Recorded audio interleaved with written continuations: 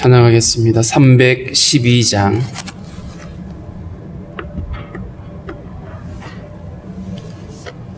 (312장입니다)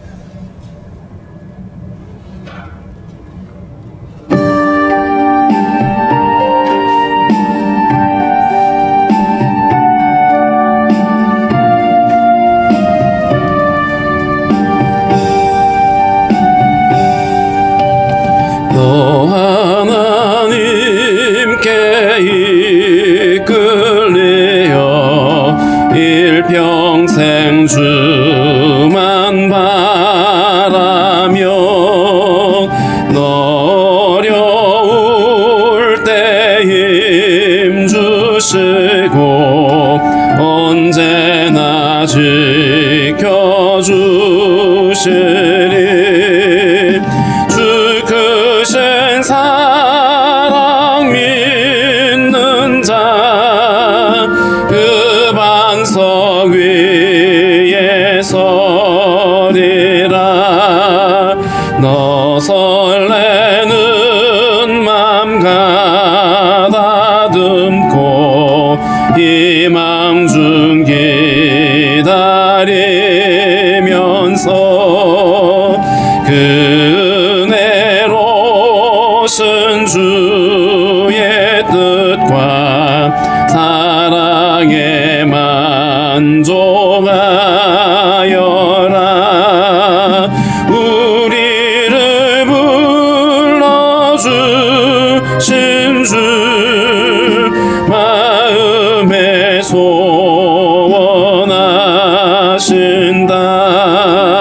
주 찬양하고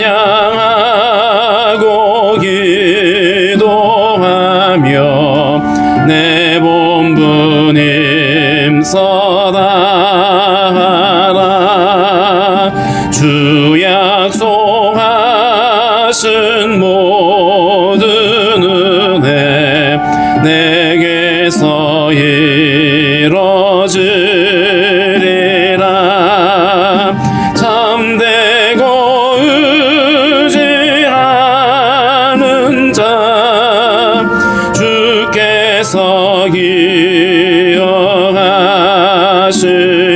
기억하시리. 아멘. 기도하겠습니다. 살아계신 하나님, 오늘도 우리에게 새날을 허락해 주시고 주님 앞에 나와 머리 숙여 기도하게 하신 하나님 감사합니다. 오늘 한 날도 하나님 온전히 주님과 동행할 수 있도록 우리의 걸음을 인도하여 주옵소서. 허물과 죄로 인하여서 우리가 무엇을 해야 하는지 어디로 가야 하는지 잘 알지 못하던 우리들에게 하나님 빛 대신 주님이 찾아오셔서 우리를 하나님 밝은 빛 가운데로 나아가게 하셨사오니 오늘도 주님과 동행하며 주님이 이끄시는 대로 살아가기에 부족함이 없도록 저희들을 주장해 주시기를 원합니다.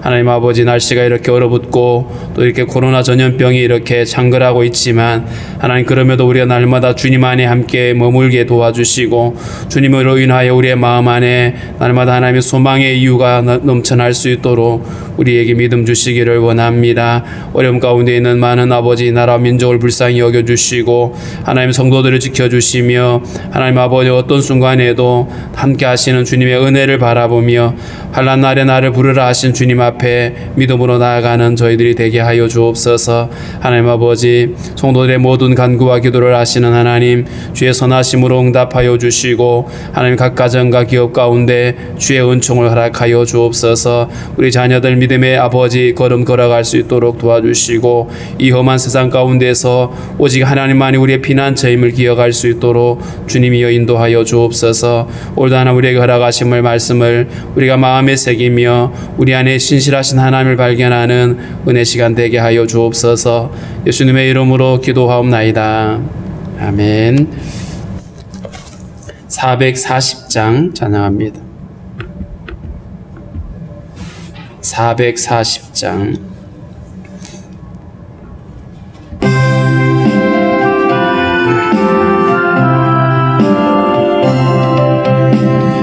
어디든지 예수 나를 이끌면 어디든지 예수 함께 가려네. 예수 함께하니 가면 낙 없고 예수님과 동행하면 겁 없네. 어디를 가든지 겁낼 것 없네. 어디든지 예수 함께 가려네. 세상 친구 모두 나를 떠나도 주와 동행하면 외로움 없겠네. 가는 길이 위태하고 험해도 어디든지 예수 함께 가려네. 어디를 가든지 겁낼 것 없네. 어디든지 예수 함께 가려네. 어두운 그늘 나를 헤워살 때에 주가 함께 계심 믿고 자려네. 죽은 후에 천국에서 깨어나 예수 함께 길이 살리라. 어디를 가든지 겁낼 것 없네. 어디든지 예수 함께 가려네.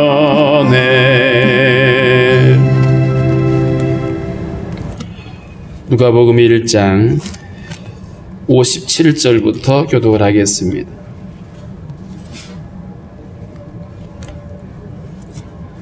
누가복음 1장 57절입니다. 엘리사벳이 해산할 기한이 차서 아들을 낳으니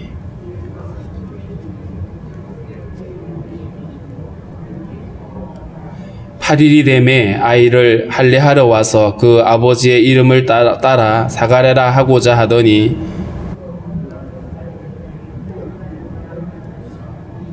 그들이 이르되 내 친족 중에 이 이름으로 이름한 이가 없다 하고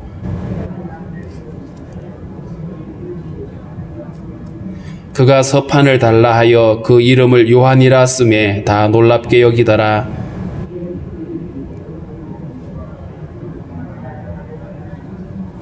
그 근처에 사는 자가 다 두려워하고 이 모든 말이 온 유대 산골에 두루 퍼지매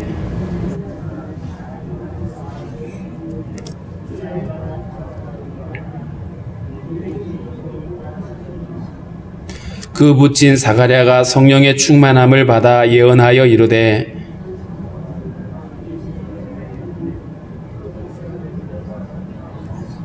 우리를 위하여 구원의 뿔을 그 종 다윗의 집에 일으켰으니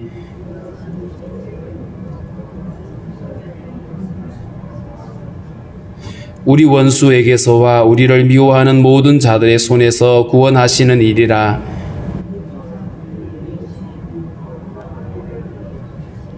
곧 우리 조상 아브라함에게 하신 맹세라. 종신토록 주의 앞에서 성결과 의로 두려움 없이 섬기게 하리라 하셨도다.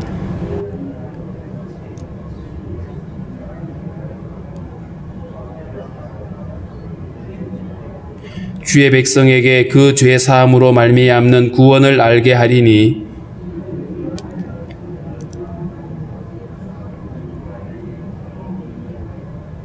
어둠과 죽음의 그늘에 앉은 자에게 비치고 우리 발을 평강의 길로 인도하시리로다.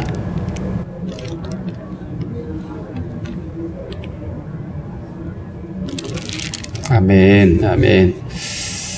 세례 요한의 출생을 오늘 기록을 하고 있는데 엘리사벳이 해산할 기한이 차서 아들을 낳으니 우리가 누가복음을 시작하면서 보았던 것처럼 사가랴가 하나님 앞에 그 분향하고 있을 때에 천사가 말해줬던 것 같이 이 사가랴와 엘리사벳 사이에 아들을 이제 낳게 됩니다. 하나님 약속하신 대로 그 일들이 이루어졌고요. 이 노년에 아이를 못 낳는다라고 포기했던 이 가정에 아들을 낳으니까 이웃과 친족들이 몰려와가지고 막 축하하고 즐거워하죠.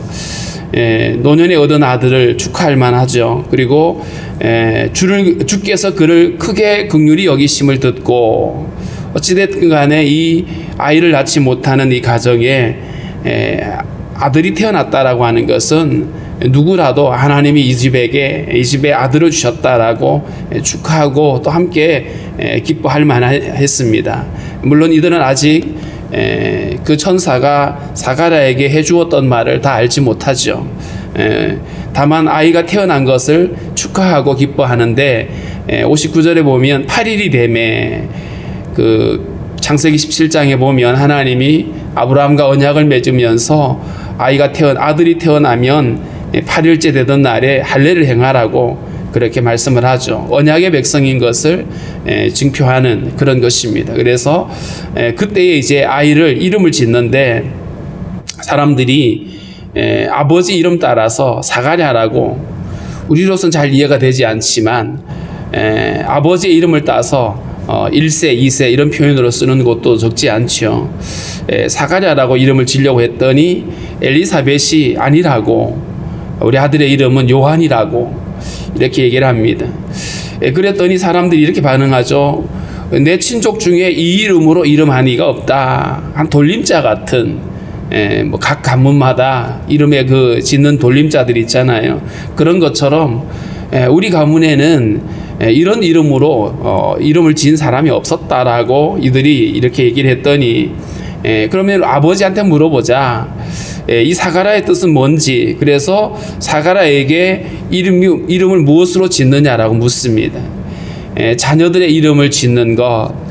예전에 우리 어르신들은 자녀들의 이름을 짓기 위해서 뭐 장명소 가고 뭐 어디 절에 가서 물어보고 철학관에 가서 물어보고 막 이렇게 했잖아요. 그러니까 대부분 그렇게 이름을 짓는 사람들을 보면 그 세상의 가치를 따라서 이 아이가 어떻게 잘 되기를 원하는 이런 것들이죠.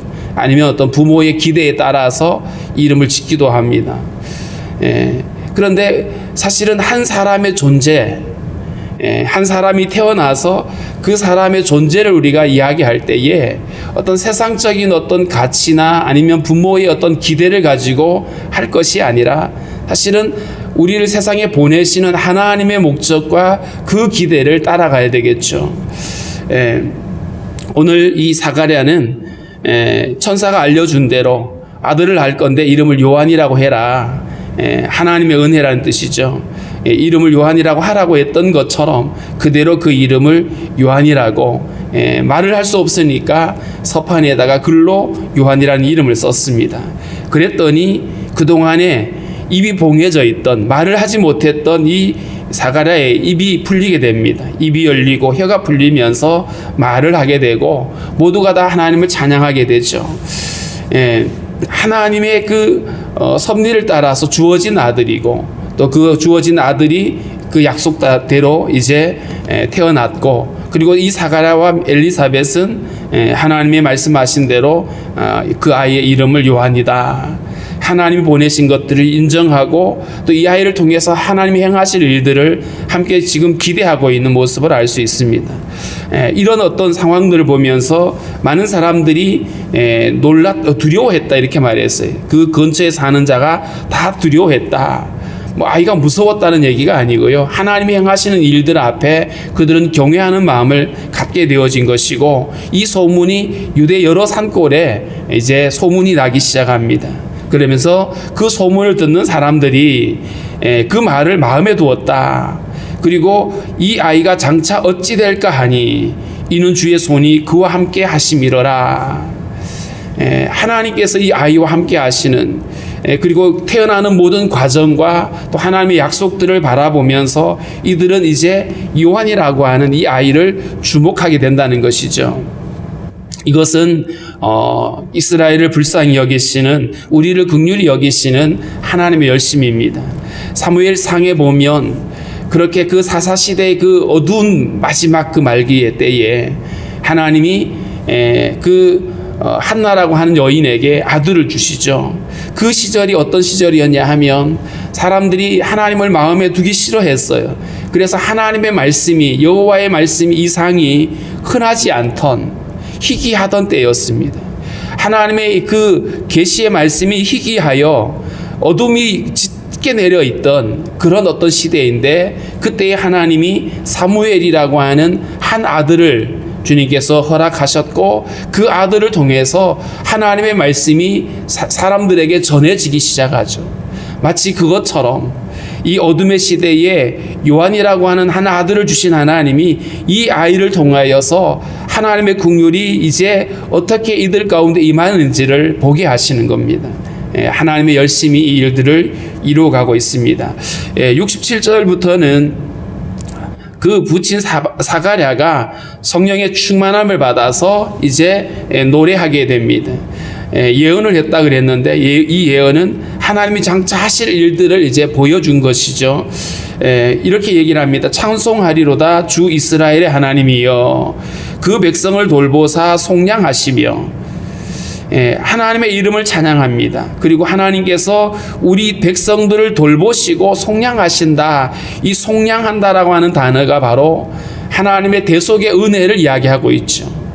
이 사가랴는 성령 충만하여서 지금 이렇게 이루어지는 이 일들이, 일련의 모든 사건들이 어떤 것인지를 정확하게 알았습니다. 하나님께서 자기 백성을 돌보시고 대속의 은혜를 주시기 위하여 69절에 우리를 위하여 구원의 뿔을 그 종 다윗의 집에 일으키셨으니, 지금 이 사가랴는 자기 아들 낳는 이것 가지고 얘기하는 게 아니라 이제 장차 오실 바로 예수 그리스도를 노래하고 있습니다. 왜냐하면 구원의 뿔을 그 종 다윗의 집에 일으키셨다. 다윗의 후손으로 오시는 이 다윗의 후손은 바로 지금 요한이 아니죠. 요한은 레위 지파입니다. 그런데 이 다윗의 집은 유다의 지파고요. 결국 마리아에게 잉태되어진 바로 그 아이를 가리켜서 이야기를 하고 있는 것입니다. 그 종 다윗의 집에 구원의 뿔을 일으키셨다. 이 구원의 뿔, 메시아를 지칭하는 표현입니다. 그러면서 이것은 주께서 예로부터 거룩한 선지자의 입으로 말씀하신 바와 같이, 이것은 옛날 옛적에 많은 선지자들을 통해서 하나님이 우리에게 말씀해 주셨던 하나님의 언약이다라는 것을 말하죠. 히브리서 1장에 보면 하나님께서 우리 조상들에게 여러 이 선지자들을 통하여서 여러 모양과 여러 부분으로 말씀하셨던 하나님이 이제 마지막 때에 아들을 통하여서 우리에게 말씀하셨다라고 히브리서 기자는 그렇게 기록을 하고 있는 것처럼, 예로부터 거룩한 선지자들의 입을 빌려서 하나님이 예언하신 그 예언들이 이렇게 성취된다라고 이렇게 노래하고 있습니다. 71절에 우리 원수에게서와 우리를 미워하는 모든 자의 손에서 구원하시는 일이라.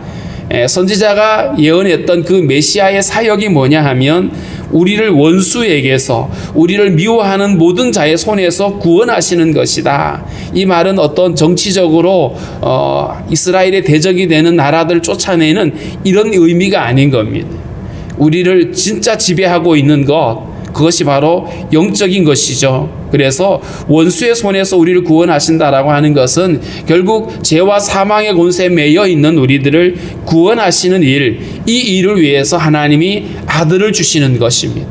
이것이 바로 구약 선지자들이 수없이 말해왔던 바로 메시아의 사역이고 구원인 것을 이야기하고 있습니다.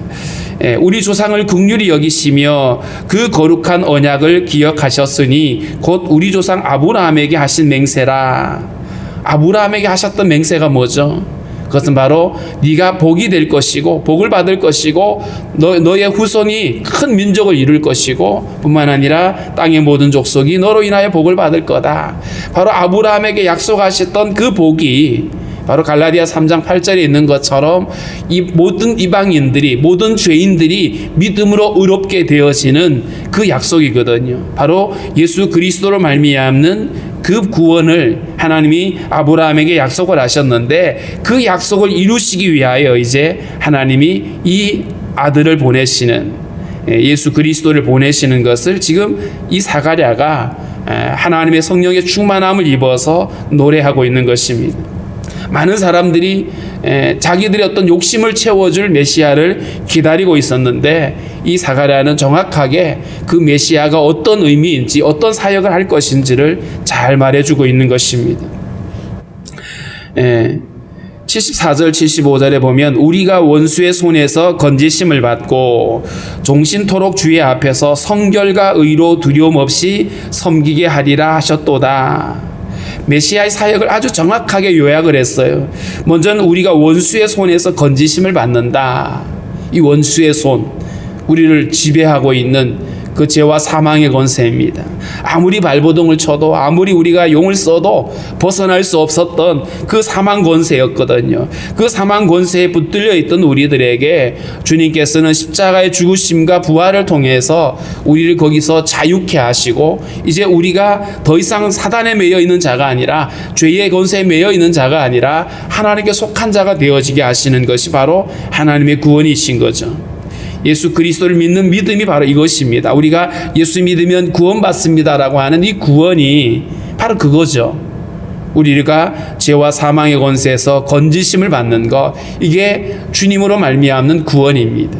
그저 가난한 사람이 부자가 되고 약한 사람들이 건강해지는 것은요, 주님 아니어도 얼마든지 할 수 있는 것들이잖아요. 그런데 오직 주님만이 하실 수 있는 이것, 우리를 죄에서 구원하시는 일인 겁니다. 그래서 우리가 예수 그리스도로 말미암는 구원을 말할 때에 이게 정확하지 않으면 안 됩니다. 우리를 죄에서 구원하기 위해서, 우리를 사망 권세에서 우리를 자유케 하기 위해서 주님이 오셨다라고 하는 이 사실을 잊지 말아야 됩니다. 자, 그러면 그렇게 우리를 원수의 손에서 건져내신 그 하나님이 무엇을 궁극적으로 원하시냐 하면 75절입니다. 종신토록 주의 앞에서 성결과 의로 두려움이 없이 섬기게 하리라 하셨도다. 이게 뭔 얘기죠? 종신토록 우리 일평생 주님 앞에서 성결과 의로 두려움 없이 섬기게 하는 것, 죄로 인하여 하나님과 단절이 되었던 우리 인생이거든요. 하나님의 면전에 설 수 없는, 그래서 아담과 하와가 범죄한 다음에 에덴에서 쫓겨납니다. 계심에서 쫓아내신 게 아니에요. 더 이상 거룩하신 하나님과 함께 할 수 없는 인간의 실존을 말하는 겁니다. 하나님과 함께 할 수 없는, 그래서 에덴에서 쫓겨날 수밖에 없는 자였는데 그런 자들의 죄를 해결하시고 이제는 주님께서 받으시는 겁니다. 그래서 이 주님 앞에서 성결과 의로 두려움이 없이 섬긴다는 것이 바로 우리의 예배가 가능해지고 회복되어졌다는 뜻입니다. 죄로 인하여 하나님을 예배할 수 없던 우리들이 이제 예수 그리스도의 이름으로 하나님 앞에 믿음으로 나아가게 되는, 담대하게 나아가게 되는 이 은혜를 입게 되는 것입니다. 그렇기 때문에 죄에서 구원을 받는 것의 목적은 하나님을 예배하는 것입니다. 에베소서 1장 4절에도 창세전에 우리를 그리스도 안에서 예정하시고 그 앞에서 거룩하고 흠이 없게 하시려고 라는 표현을 썼어요. 하나님 앞에 거룩하고 흠이 없게 하시려고 주님이 창세전에 그 일을 계획하신 겁니다.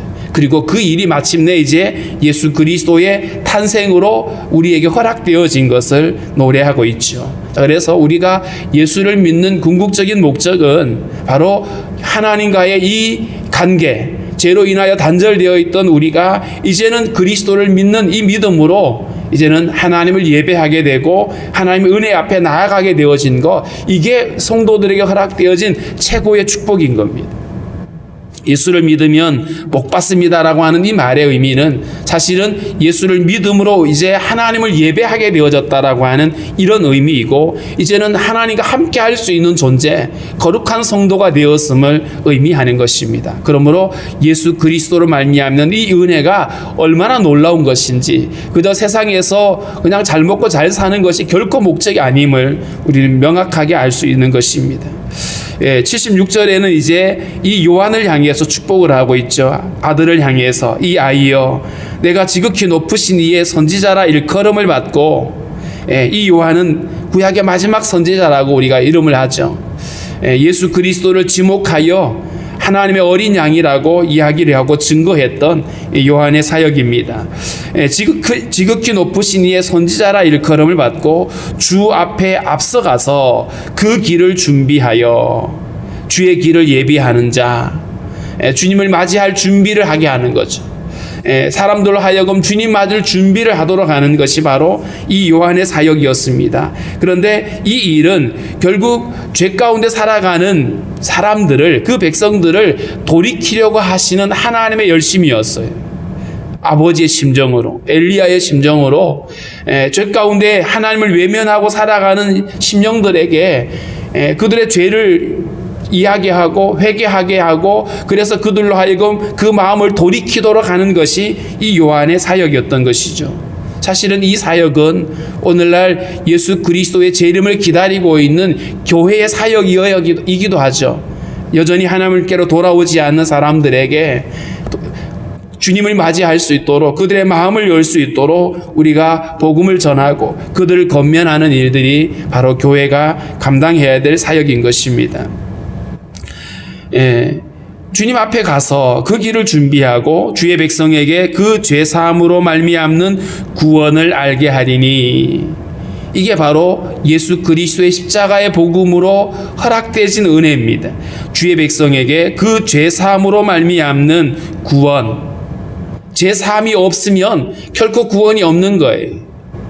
이 죄 사함이 이루어지지 않는다라면 결코 구원이라 말할 수 없는 것이죠. 그래서 예수 그리스도로 말미암는 이 구원은 죄 사함으로 말미암는 구원이고 죄 사함에 이르게 하는 구원인 것이죠. 그래서 누가복음에 보면 그 24장에 보면 죄 사함에 이르게 하는 회개라는 표현을 쓰기도 했습니다.